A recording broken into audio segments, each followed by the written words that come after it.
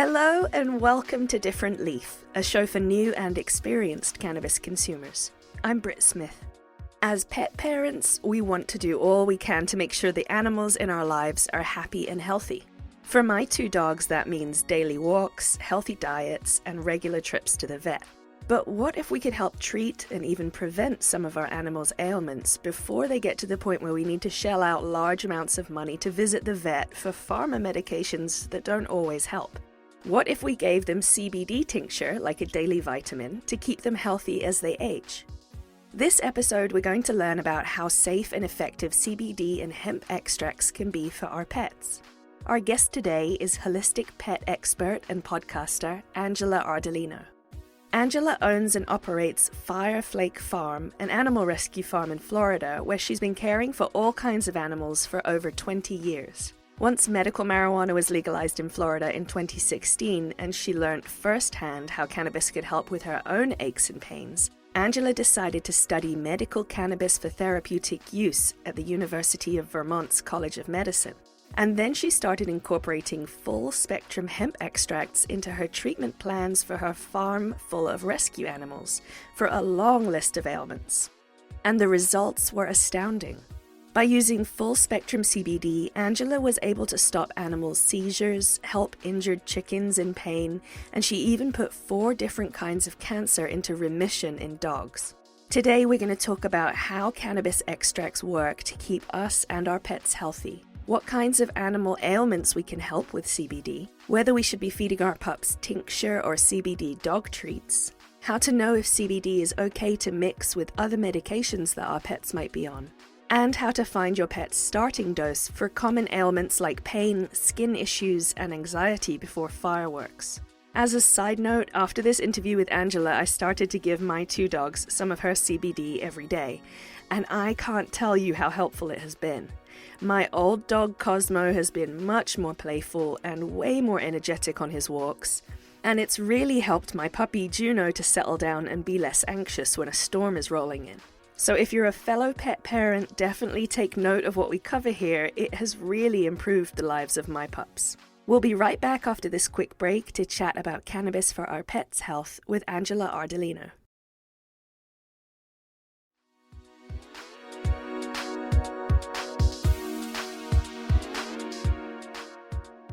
So, Angela, thank you so much for joining us today. Let's get to know you a little bit first. Tell us about your background. What do you do? What have you done? I guess I'll start with how I found cannabis, which was in 2015. I was diagnosed with rheumatoid arthritis, and I live a pretty natural lifestyle. I don't take any prescription meds and try to eat healthy and do things holistically. So I did not want to take the pharmaceutical drug that was prescribed to me that has already been linked to lymphoma. So I went out and looked for something that I could find that would help my especially joint pain and inflammation in my body. And I found cannabis. And so I tried it. And not only did it get rid of all my joint pain, but it also helped my anxiety and stress. And I was like, why in the heck is not everybody know about this? This is the most incredible thing that I have ever done or taken.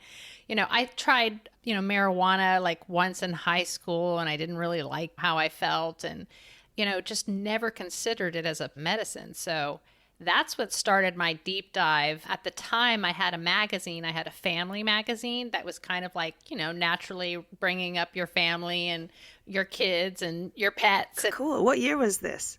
So this is still 2015. Okay, so not too long ago. So I was like, okay, and I'm in Florida. So I was like, okay, what are we doing here in Florida for marijuana? So I became hardcore advocate. I got very involved with a group called Canna Moms who were treating their kids' cancer and seizures with cannabis. So I basically did a story on every kid and family I could find benefiting from it. And boy, was that controversial. I bet. And then in 2016, I sold my magazine and threw myself into the medical cannabis industry. And I first started by joining, one of our country's best. He started a consultant business. So I hired him and traveled the country. So I learned everything from growing it to selling it to dispensaries to laws to what each state was doing. And the University of Vermont School of Medicine offered its first inaugural program for the study of cannabis's therapeutic uses in biology. And they contacted him and said, hey, do you know any good candidates? We want like a killer inaugural class. And he's like, oh, do I have somebody? So I took that, and that's where I learned animals had the same systems as we did, the endocannabinoid system. And that's when I was like, okay. It's pretty mind-blowing. My two favorite things. Let me figure out how to make this my new career, my new life, mission. Yeah. So I thought I was going to be a cultivator at first because I really couldn't even find anybody growing medicinal plants. If we want a medicine, we want to be able to repeat the same thing over and over and over again. So I got really involved in cultivating and how to grow it and the science and biology behind it. But when I went out into the marketplace and started attending cannabis events, I could not find products made for pets. And if I did, they were human products that they just slapped a label on it.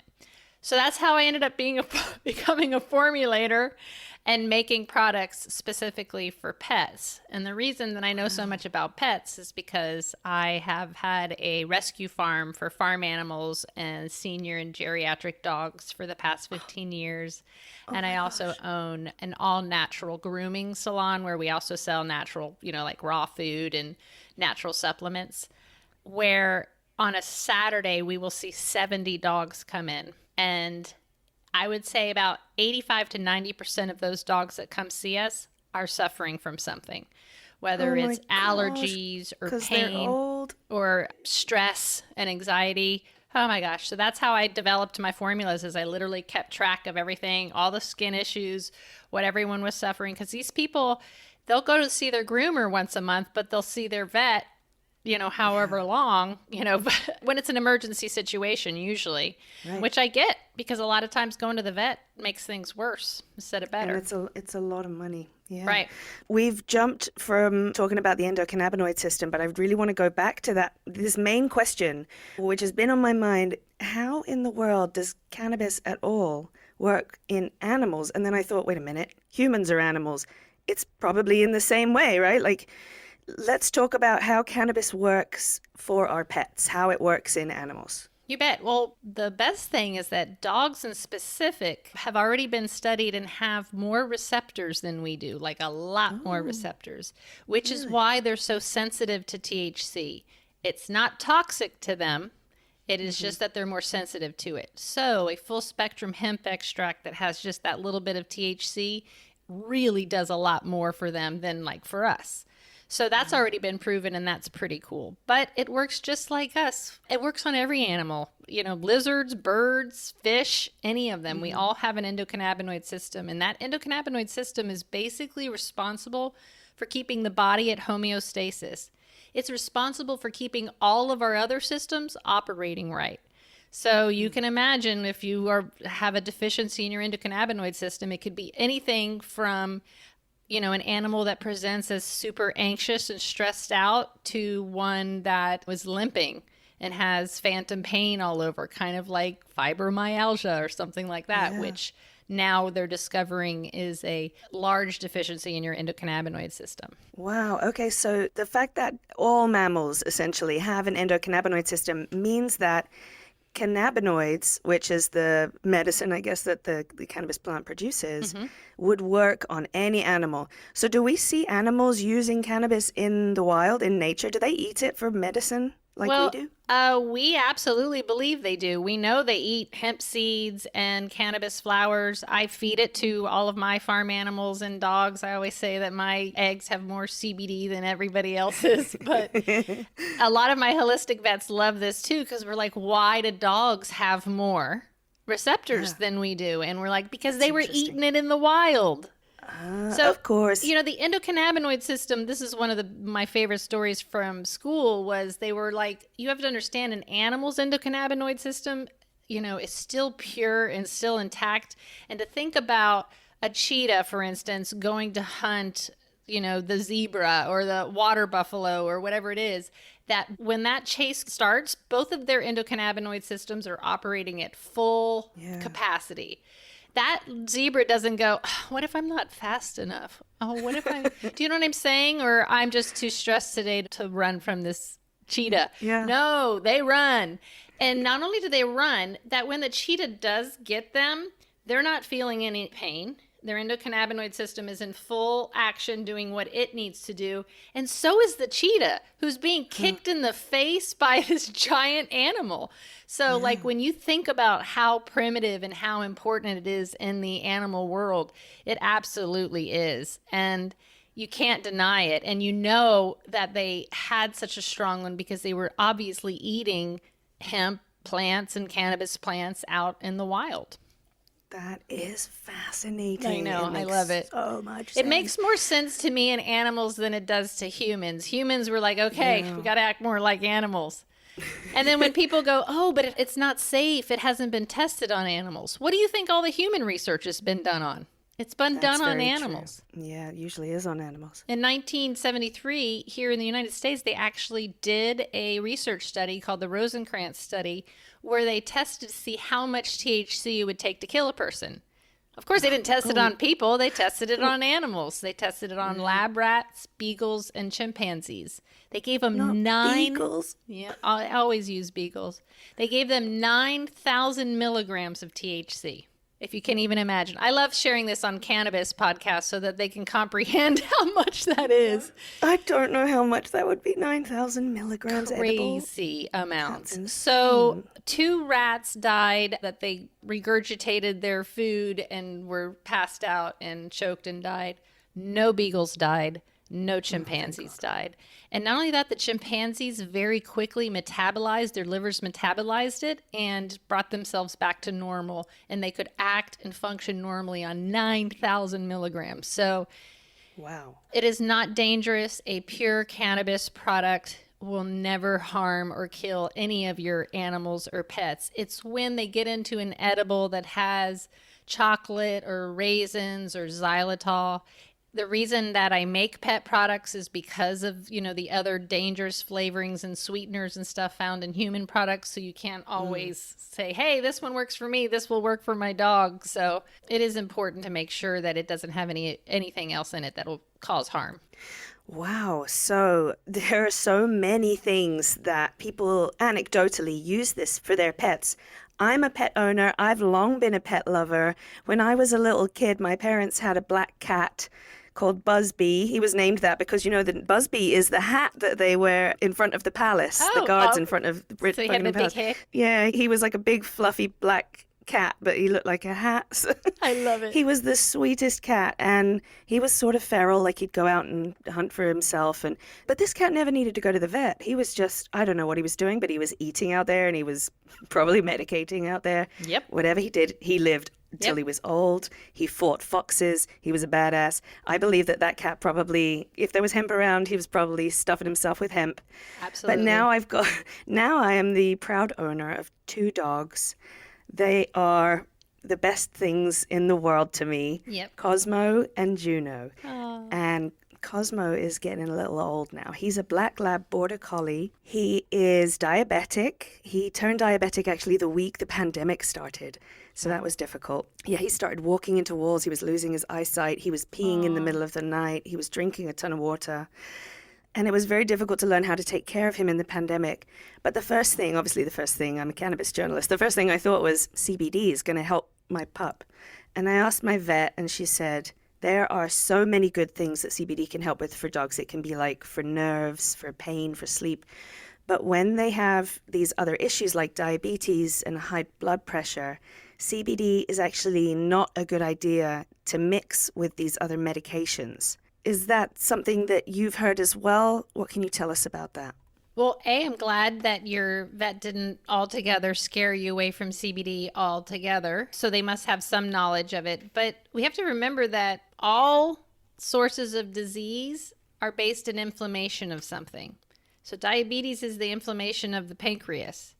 So you can't say that CBD, and when I say CBD, I'm talking about a full spectrum hemp extract. I'm not talking about an isolate of CBD, which sometimes people will think. I just had someone the other day on a podcast say, well, the study that says that CBD is dangerous and raises liver enzymes. I'm like, nope, No, no, no, no, no, no, no, Cut no. it off. That is an isolate. That is not what we're talking about here. We're talking about a full extract of that flower and just the oil. So, no, I don't know of it interfering with any type of cardiovascular or diabetic medication. I do know that it anesthesia, maybe some pain meds, but I haven't heard anything. I would ask to verify. I would just ask which ones and how do you know? I would even say, hey, I'm a cannabis journalist, so I would love to educate people about this so that we do know, so that then you can turn around and go, oh, that's an isolate. And this is what an isolate is, and this is why we don't recommend isolates, because they do a whole different thing than a full spectrum cannabis or hemp extract would. Let's talk about the difference in case folks don't know out there. An isolate versus a full spectrum when you're looking for products for your animals. What's the difference? Well, I only bother with full spectrum products for both human and animals versus a broad spectrum or an isolate. So I guess we have to back up a little bit. How we make our products and how any good cannabis medicine is made is that we extract from the flower of the cannabis plant. So whether it's marijuana or hemp, we are extracting all of those compounds. So not only does it have all of those cannabinoids in it, but it has terpenes and flavonoids and fatty acids and thousands of other compounds, and they all have a job. So they all help the cannabinoids do their job. So for instance, imagine a CB1 receptor, and let's just imagine the molecule CBD is in there. It doesn't naturally go and just bind to the receptor. It actually needs the help of some of the terpenes. So myrcene, for instance, literally is like the lube, to help it go and attract and bind to that receptor.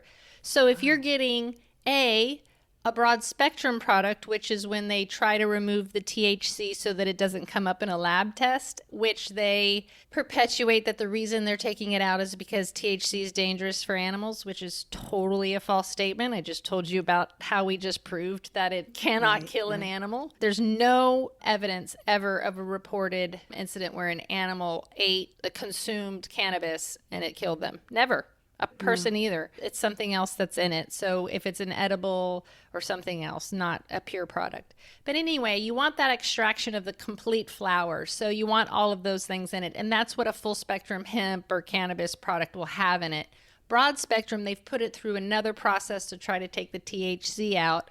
And then an isolate product, which of course, to back up, you're never just going to get the THC when you're trying to take out just the THC. You're going to take out more of those beneficial compounds that you need. And then an isolate is when you try to just take out one compound and then isolate it by itself. That is the cheapest. In the United States in 2018, before the Farm Bill even went through, we were getting cheap isolate products sent over from China. So it is the cheapest. It is the less studied and researched. We don't know what they're going to do by themselves, the cannabinoids. I think in the future there will be specific that, okay, your eye twitch, take a CBD isolate, it'll be great for that kind of thing. Yeah. But when we talk about getting rid of the body's inflammation and killing cancer and stopping anxiety and stopping seizures, we're always talking about a full spectrum hemp or cannabis product.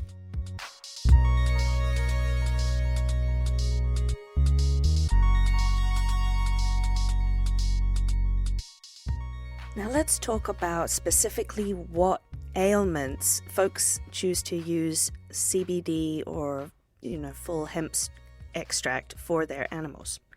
What is the most reported use for CBD products for pets? Right now, it would be anxiety, stress and anxiety, whether it's situational or behavioral. But what I use it the most for is for cancer, seizures, geriatric old age, being able to really prolong life, good life, not having to turn to convention. I just had an incredible case with my Doberman who was diagnosed with osteosarcoma, which is a very aggressive, very painful cancer, and I treated her completely holistically.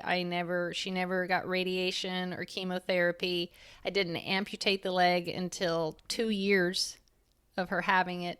So she broke all kinds of records and it was amazing. And then I needed to learn how the heck it did it. So I now know how cancer works and how cannabis interacts and medicinal mushrooms. So the reason, I don't know what you know about medicinal mushrooms, but medicinal mushrooms interact with the endocannabinoid system like cannabis does. So does turmeric and lavender and frankincense and these other amazing medicinal plants that we love, you know, the essential oils of. That's all we're doing. This is cannabis's essential oil. And they all belong to a group of wonderful plants and mushrooms that are called adaptogens. And when you put them together, they become extremely synergistic and very powerful. So adding them with cannabis and a mushroom, they're all interacting. They're all literally doing their job. They're literally turn your cells into natural killer cells and go search for anything that's rogue or, you know, cell that's combined and start a tumor or something.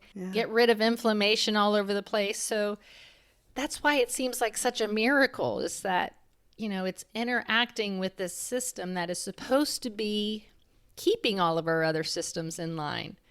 And we create endocannabinoids. And when our body doesn't create these endocannabinoids, we have a deficiency. And there just so happens to be this beautiful plant called the cannabis plant that has phytocannabinoids that when we take them, they fill those deficiencies. And then our endocannabinoid system operates so much better. So that's why it's such a miracle and why it's been kept from us, because it does so much. Right. Can I just say I'm so glad you explained what an adaptogen is.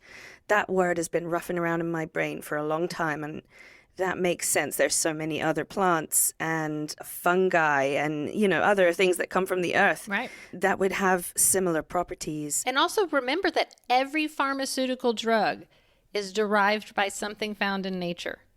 They can't pick up, you know, a cannabis flower and take the oils out of it and patent that and make billions. They have to take one compound out and then try to prove that it does that so they can patent and make the billions.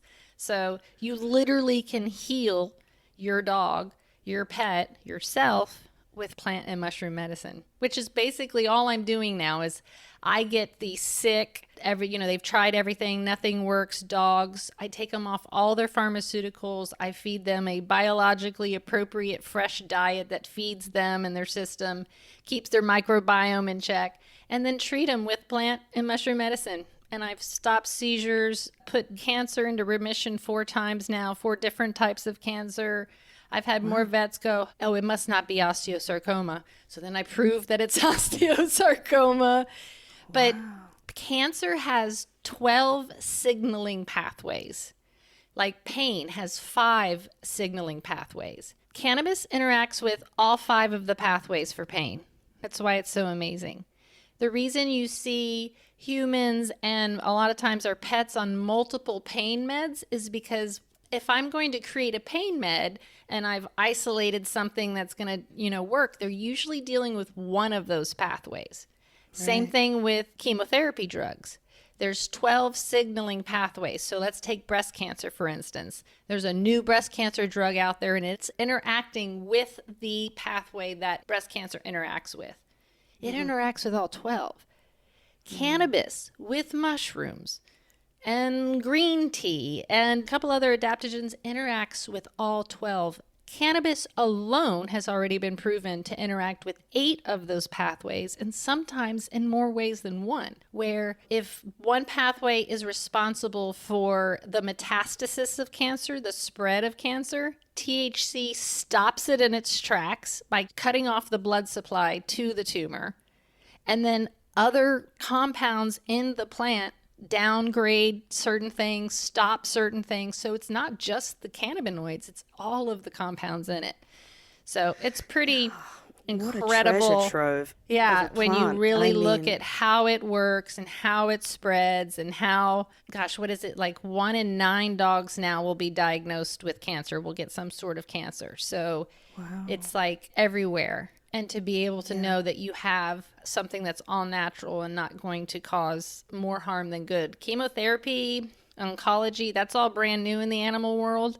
And it's a $1 billion business already. I bet it is. There are a lot of things that folks want to treat their pets for, but now that you mention it, I do know a lot of people that have lost their dogs to cancer, and it's a difficult time. Whenever you have a sick pet is a difficult time. I want to back up a little bit and talk about what I could do for my younger dog. So, like I mentioned, I got Cosmo, my old boy, been with me for he's 12, I think, around that age. We had rescued him from San Francisco. So we think he was about 6 when we got him, and now he's about 12, getting old. So while he was getting older and went blind, I was like, let's get a puppy to keep everybody young. So we got ourselves a little pandemic puppy. She's a beagle bulldog called Juno. This is why the beagle thing really hurt my heart, because she's got a real beagle face. Yep. I'm going to put pictures of my dogs up on my Instagram at Brit the British, so you can just fawn all over them. Yay. I think they're the cutest things in the world. They are. I don't know. Everybody thinks their animals are the cutest And they're ones, not right? wrong. But no, she really is, man. She's got this big brown eyes, but she's sick a lot. She keeps eating grass all the time and then throwing up lately. And I'm like, oh my girl, you are lucky you're cute.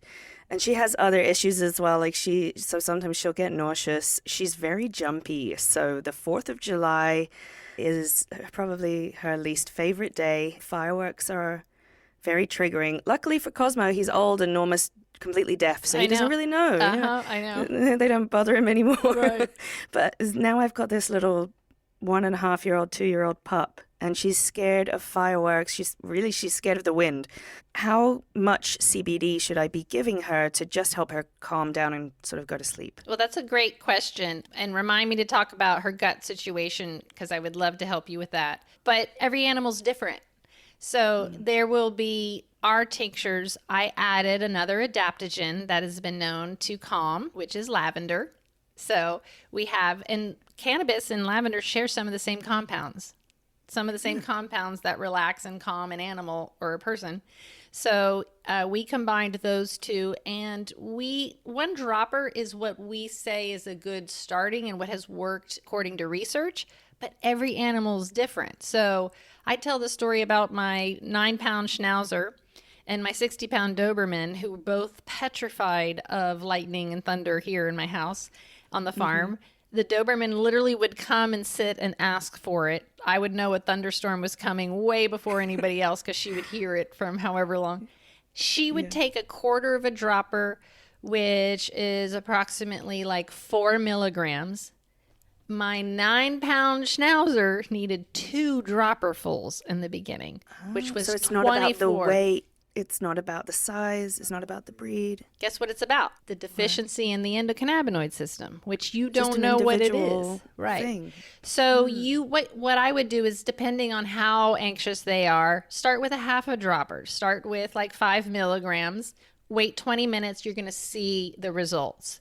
So you should see a very calm dog, or you might see one that's starting. The panting is stopped, but the circling and whatever is still going on. I would go ahead and give them another half of a dropper, wait 20 minutes. If everything's good, they've relaxed, calmed down, playing with a toy, gone to sleep, you've found their dose.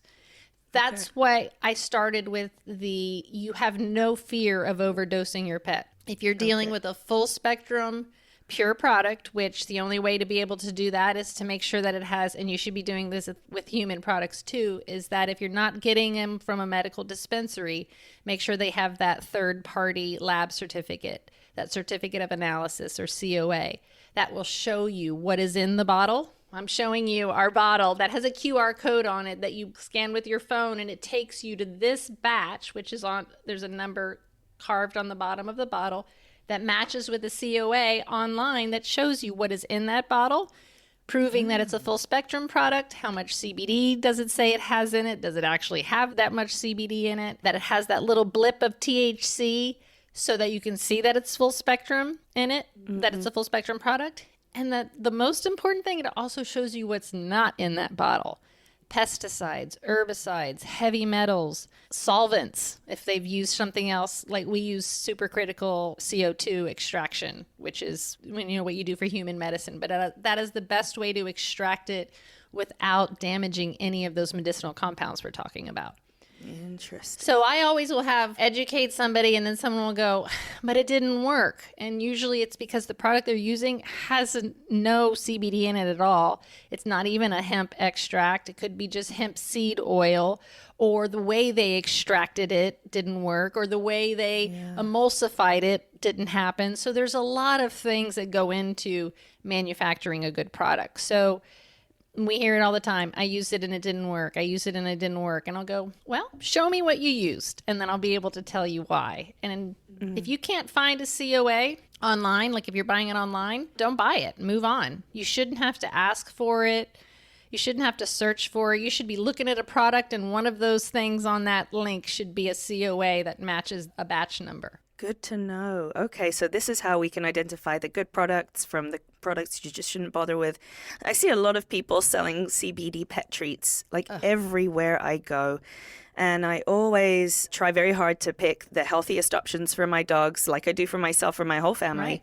Everybody in my house eats well, including the little pups. And whenever I see CBD treats, I'm always just a little bit cautious about them because I don't know who's made them or where they've come from.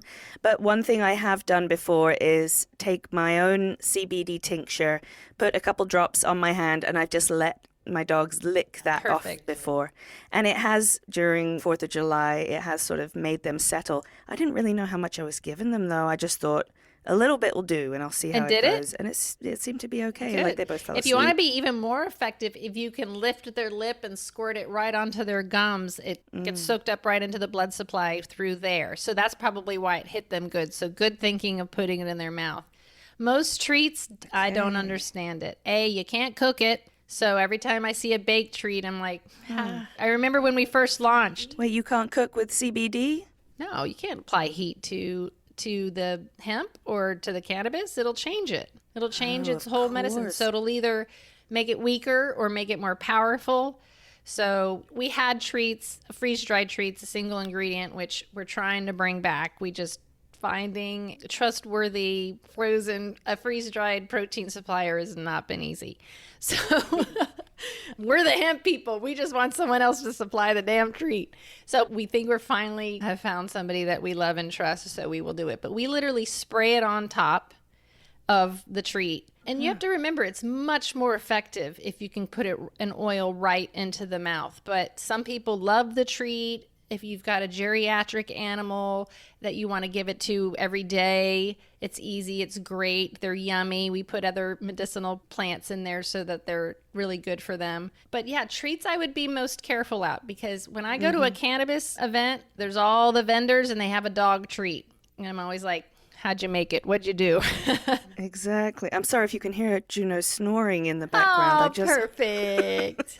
I was just about to stop her and just mute myself and tell her to shut up, but I thought this is probably the only episode that you can snore in the background. That's right. That's fine. I have my 16-year-old under my desk, and sometimes he goes into these hacking fits, and I'm like, I swear he's fine. He's just really old. Yeah, Cosmo does the same thing. And I'm like, not now. Oh my gosh, bad timing. I'm recording. How funny. So the baked treats, maybe not such a good suggestion. Maybe avoid those ones. The tincture seems to be a good option. What about topicals? Can we put those on our pets? Because Cosmo, as a diabetic, loves to lick this one spot on his paw until it's bleeding. And I want to give him something for it, but I don't know if he's going to lick the topical right off. First, I would start giving him at least 42 milligrams to 50 milligrams of a full spectrum hemp extract every single day on his gums. He's 12. Okay. He's geriatric. You literally have an 85-year-old in your house right now. So think about them that way. Joints aching. Yep. And I don't know how old you are, but as you'll be like, oh my God, this is what they're feeling? Oh my God, let me give them some. But yes, the salves, it's incredible, because everyone laughed at me because they were like, how are you going to put, a topical on a dog or a cat with fur? Well, it's one of our best things. When I was in my groom shop seeing these skin ailments, I'm like, absolutely, these dogs are suffering. There's not even hair there because it's already been fallen out or whatever it is. But everything from joint pain to hot spots to allergies to dry paws and noses, like bulldogs, for instance, they lick their noses, the breeds that lick their noses at a certain point, they start crumbling and falling apart. They get so dry. So the first time I saw that, I was like, I got to make something for this. I'd be like, how do I find, I'd go searching for something to help these dogs, and literally nothing would exist. So I'm like, I have to create something. So I was the person who I knew about some essential oils and plant medicines, and then cannabis, and now mushrooms. I had to go find the people that knew everything about lavender and everything about frankincense, and how do I then go find a plant that is grown organically. Like, for instance, lavender, the older the plant is, the more potent the medicinal properties are in the flower, which is not the case with cannabis. It actually loses its potency. So it's really interesting how different plants are, but how they have some of the same compounds and then how well they work together. That is fascinating. There's so much research still to be done into sort of how all of these things work together to specifically fix certain issues in our bodies, and like which ones we could take for certain ailments. But in lieu of all of that research, full spectrum hemp extract or CBD extract, a little bit of tincture on your dog's gums. Hopefully that will help them through for just like regular daily upkeep, right? Yeah, if we're talking about anxiety, if it's a daily situation, then every morning give them their dose. Find out what their dose is and give it to them. If it's situational, then do the 20 minutes ahead of time to see what their dose is. And then once you do it, it works every time. And if you have a dog like my crazy little schnauzer, he didn't stay at 2 dropperfuls. Of course. Almost think of it as a training exercise, that every time it's going to get better and better and better, to the point where it was just 1 dropper every time. And now he's also deaf and doesn't react at all anymore either. But it was funny in the beginning watching him, because I'd give it to him and you could tell that he'd calmed down, but he was so confused as to why he was feeling calm, but the storm was still going on. Like, he was just like, wait a minute. Why am I okay? I don't need you to pick me up. I'm going to go self-soothe over here and be good. So it is remarkable to watch him. It's also remarkable to watch an old dog who isn't feeling pain. And we're just talking about joint pain. How many times we have people go, oh my God, he's acting like a puppy again. He's jumping up on the couch. He's playing with his toy. And that's a dog that you've basically have relieved him of his pain. Oh, yeah, that's exactly what I want to see. He can hardly take the stairs anymore. Luckily, I have a big, strong husband who can carry him down the stairs every night, so he can come and sleep downstairs with us. But he's definitely aching. That's another thing I didn't think about using it for, just that preventative pain management for him. Can I ask quickly, what other animals do you have on the farm that you treat with? Because we've talked a lot about dogs, but what other animals do you use this with? I have treated everything you can imagine. So possums, birds. We actually work really close with this beautiful bird rescue in Hawaii. And she tells me some of the most beautiful stories, because I love birds, but I had no idea that a bird can have a seizure. So imagine a bird sitting on its perch and having a seizure and falling, or flying and having a seizure and flying into something or whatever. But like, one of the stories she told me was a cockatoo with major PTSD where, witnessed something awful, it's plucked all of its feathers out, having all kinds of trouble. So it comes to the rescue. And so they're literally using the calm to see how it works, and worked so well. And every time that the rescuer would go give it, he would say, time for your medicine. So literally they would open the bottle. The bird loved it. All of his feathers are growing back. And he'd go, time for my medicine. I'm like, please get that on a recording. I did not expect you to start with possums, by the way. Yeah. Well, I live kind of like in the woods in Florida. So I get a lot of raccoons and possums and squirrels. So I think what I love the most about hemp, a full spectrum hemp extract, is that if anything's in trouble, I find an injured animal, a dog gets one of my chickens, I immediately have something I can give to them that's going to get rid of all of their pain and all of their anxiety.